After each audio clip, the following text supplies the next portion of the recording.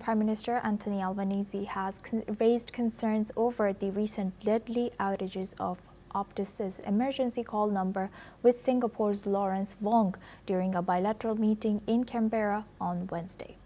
The two back-to-back outages last month affected thousands and were linked to 4 deaths due to delayed emergency aid. Wong has emphasized that Optus and Singapore Telecommunications must act responsibly, comply with Australian laws and cooperate fully with the ongoing inquiry.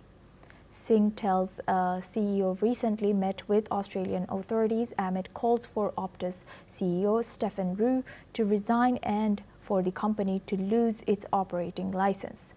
The two leaders also agreed to deepen defense cooperation, strengthening economic ties and collaborating on climate change, pandemic preparedness and AI, as well as emerging technologies. Let's listen in to both the leaders. We also discussed the recent Optus emergency service outages. We had a constructive conversation. I thank very much Prime Minister Wong for his words of condolence for those who were impacted with their families.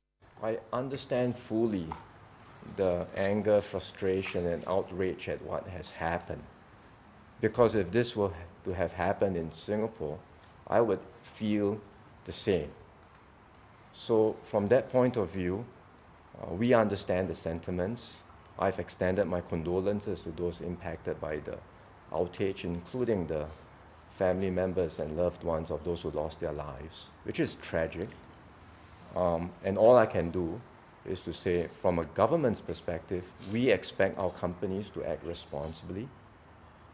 And we will certainly expect Singtel and Optus to comply fully with the laws, to do whatever they can to cooperate with the investigation.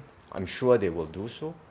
And hopefully a conclusion will come through very soon on the outcome of the investigation, what went wrong, and steps can be taken expeditiously to rectify them.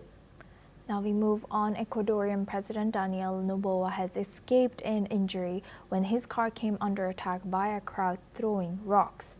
5 people were detained after Noboa's motorcade was surrounded by around 500 protesters angered over the president's removal of fuel subsidies last month.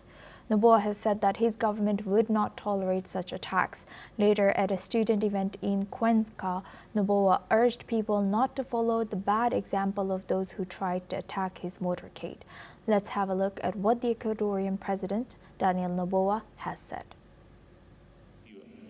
No sigan los malos ejemplos como los que en el camino nos querían parar para que no esté yo presente en este evento con ustedes y trataron de agredirnos. Esas agresiones no se aceptan en el nuevo Ecuador. La ley aplica para todos y trabajo todos los días para que poder darle a cada uno de ustedes mayores oportunidades, para que ustedes tengan un mejor futuro y no vamos a permitir que un poco de vándalos eviten que nosotros trabajemos por ustedes. Muchas gracias. En el estadio aparecieron 500 personas y estuvieron lanzando piedras y obviamente también hay signos de bala en el carro del presidente. Gracias a Dios nuestro presidente, muy firme, valiente, sigue adelante, está haciendo su agenda con normalidad. Environment and Energy Minister Ines Manzano called it an assassination attempt, reporting signs of bullet damage on the vehicle. Manzano has described the incident as criminal, stating that shooting at the president's car, throwing stones and damaging state property cannot be tolerated. Let's have a look at what the Ecuadorian Environmental Minister has said. Now we move on. Satellite images show Typhoon Halong moving towards Japan's southern coast. The Japan Meteorological Agency reports the typhoon may pass over the Izu Islands and brush Honshu's southern coast on Thursday.